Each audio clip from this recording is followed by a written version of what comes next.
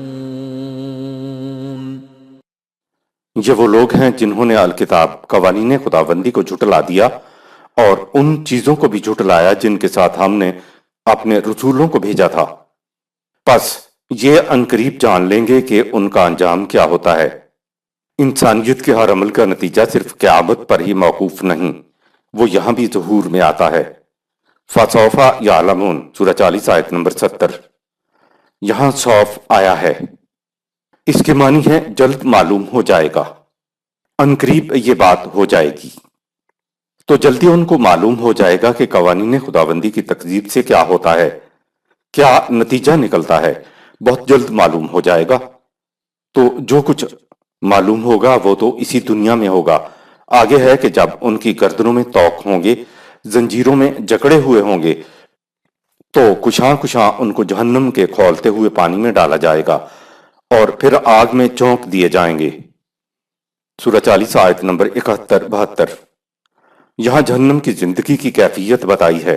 قرآن کریم ذلت و پستی اور محکومی و خواری کی زندگی کو خزیٌ فی الحیات الدنیا، اسی دنیا میں جہنم کی زندگی بتاتا ہے۔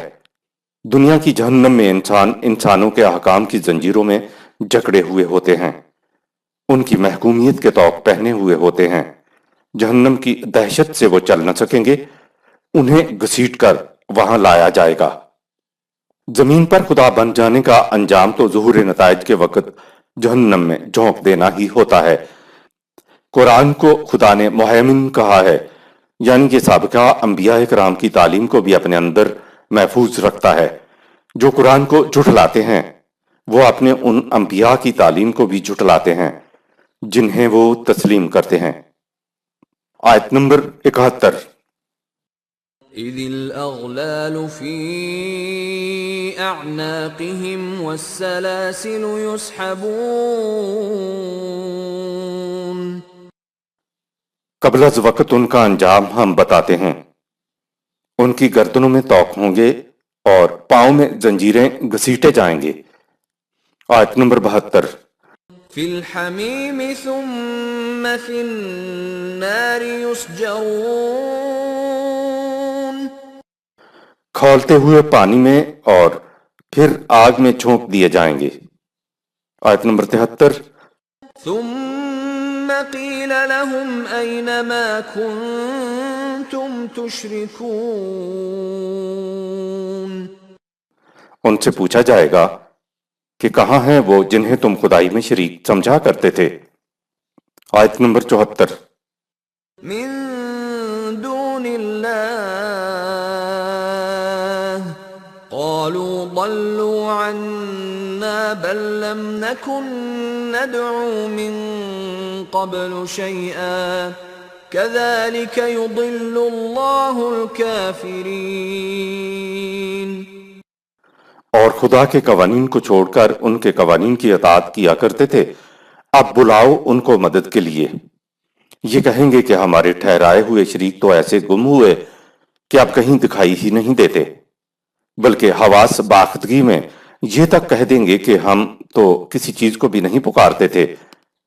اس طرح اللہ کافروں کو حواس باختہ کر دے گا۔ آیت نمبر 75۔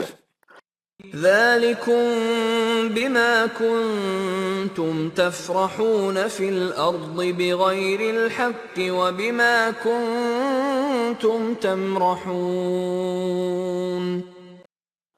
ان کو انجام کی وجہ بتائی جائے گی کہ یہ اس وجہ سے ہے کہ تم کوئی تعمیری کام کیے بغیر خواہمخواہ زمین پر ناحق اتراتے تھے اور قوت کے نشے میں اکڑتے پھرتے تھے۔ آیت نمبر 76۔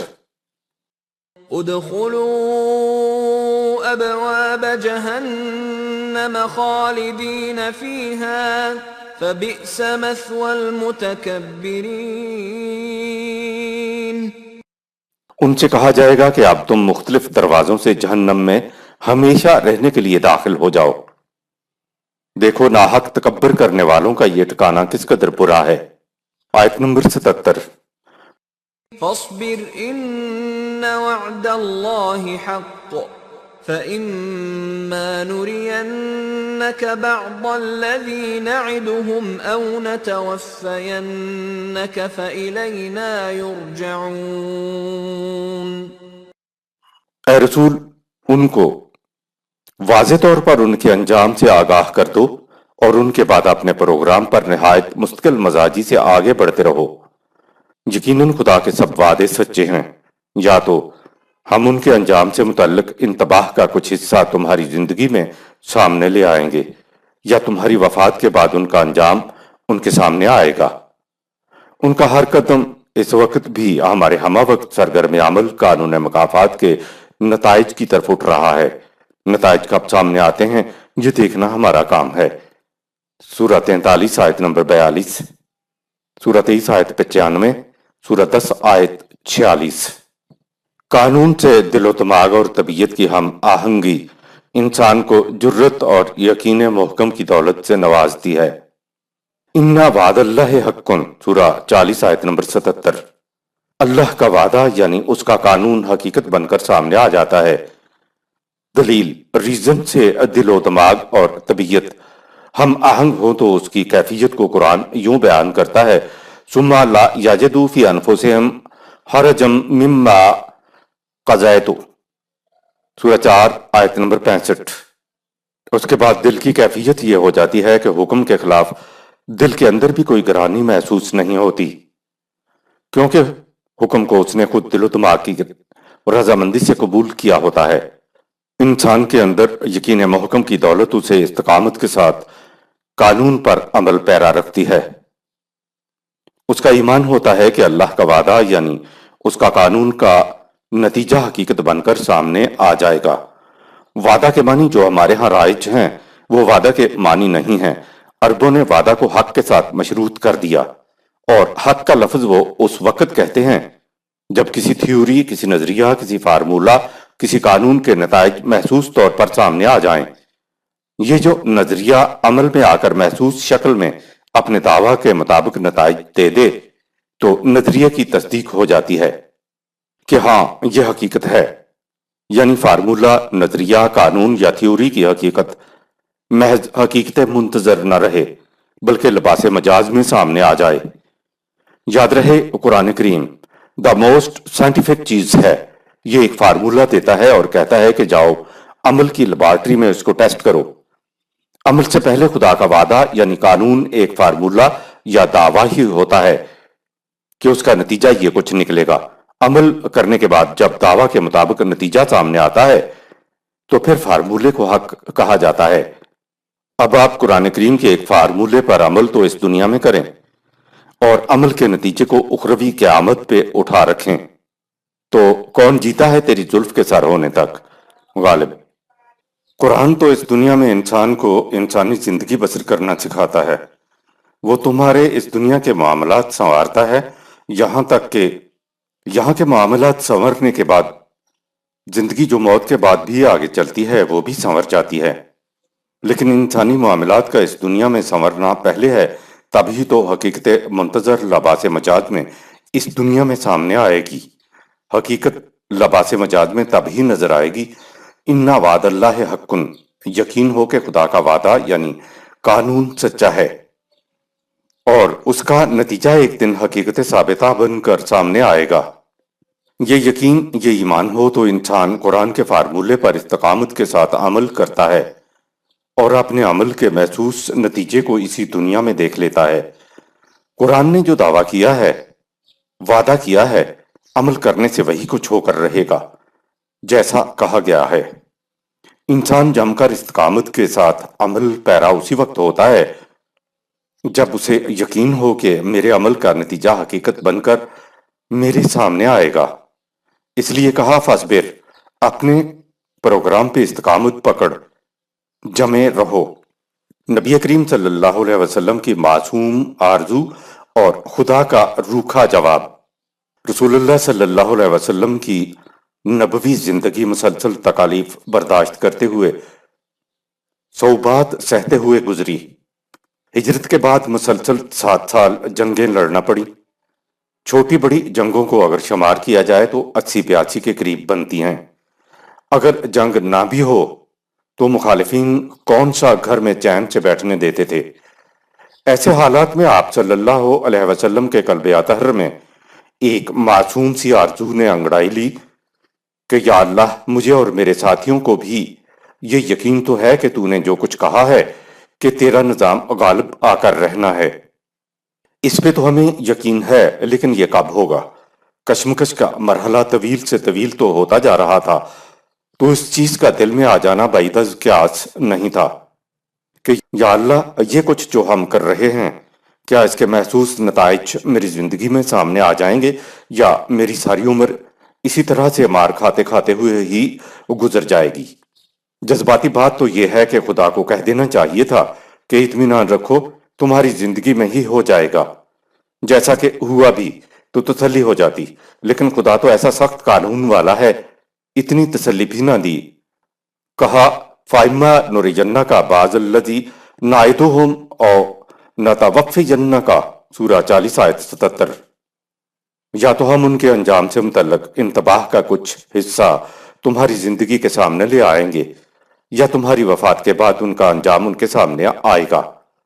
تمہیں اس سے غرض نہیں ہونی چاہیے، کیونکہ اس نظام کا اور اس کے نتائج کا تعلق تنہا تمہاری زندگی سے نہیں ہے، یہ تو انسانیت کے لیے ہے، اور انسانیت نے تو قیامت تک قائم رہنا ہے۔ یہ پروگرام تمہاری زندگی میں کامیاب ہوتا ہے یا تمہاری زندگی کے بعد، اس سے کیا فرق پڑتا ہے؟ یہ تمہارا ذاتی پروگرام نہیں ہے، تم نے تو صرف ہدایت کو پہنچانا ہے، حساب کتاب ہم نے کرنا ہے، تم نے نہیں۔ سورہ 13 آیت نمبر 40۔ یہی کہا جائے گا معاذ اللہ کہ کتنا روکھا جواب ہے جو دیا گیا۔ خدا کے کام کیلکولیٹڈ ہوتے ہیں، ایسا نہیں ہوتا کہ ذرا جلدی کی بات ہے تو جلدی جلدی کر دیا جائے، نہیں، فصل نے پکنے میں جتنا وقت لینا ہے وہ تو لے گی، کسی کی خواہش پر فصل جلدی تو نہیں پک سکتی۔ آیت نمبر 78۔ وَلَقَدْ أَرْسَلْنَا رُسُلًا مِّن قَبْلِكَ مِنْهُم مَّن قَصَصْنَا عَلَيْكَ وَمِنْهُم مَّن لَّمْ نَقْصُصْ عَلَيْكَ وَمَا كَانَ لِرَسُولٍ أَن يَأْتِيَ بِآيَةٍ إِلَّا بِإِذْنِ اللَّهِ فَإِذَا جَاءَ أَمْرُ اللَّهِ قُضِيَ بِالْحَقِّ وَخَسِرَ هُنَالِكَ الْمُبْطِلُونَ۔ اے رسول، ہم نے تم سے پہلے بھی رسول بھیجے، جن میں سے بعض کے حالات ہم نے تجھ سے بیان کر دیے، اور بعض ایسے بھی ہیں جن کے حالات سے ہم نے تم کو آگاہ نہیں کیا۔ ان میں سے کسی کو بھی یہ اختیار نہیں تھا کہ جس تباہی سے مخالفین کو ان کے ذریعے آگاہ کیا گیا تھا، اس تباہی کو قوانین خداوندی سے الرغم اپنی مرضی سے سامنے لے آتے۔ جب ہمارے قانون کے مطابق ظہور نتائج کا وقت آ جاتا تھا، پھر ہر معاملہ کا ٹھیک ٹھیک فیصلہ سامنے آ جاتا تھا، اور جو لوگ تخریبی کوششیں کیا کرتے تھے وہ تباہ و برباد ہو جاتے تھے۔ ان کے ساتھ بھی ایسا ہی ہوگا۔ نیچے قرآن نظری حقائق بیان کرنے کے بعد شہادت میں محسوس مسائل پیش کرتا ہے۔ آیت نمبر 89۔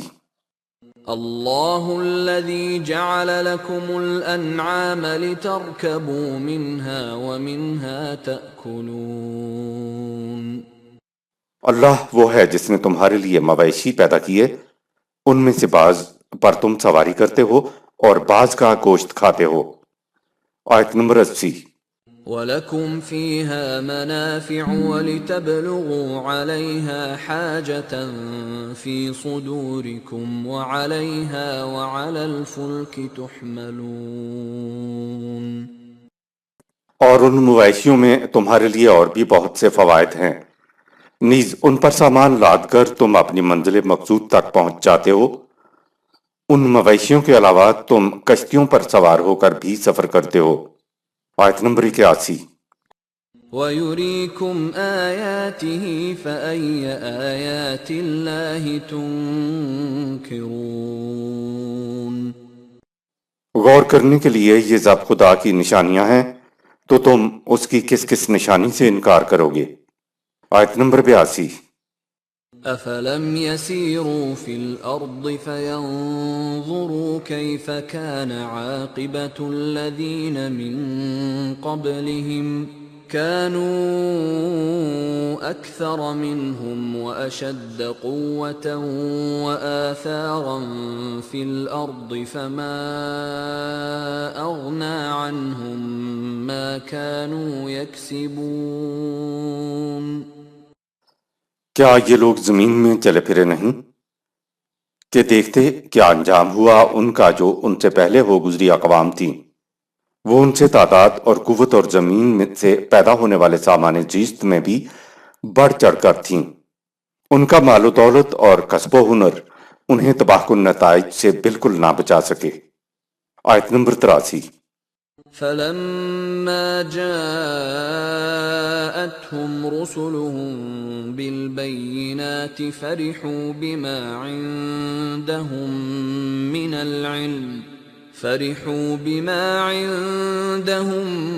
من العلم وحاق بهم ما كانوا به يستهزئون۔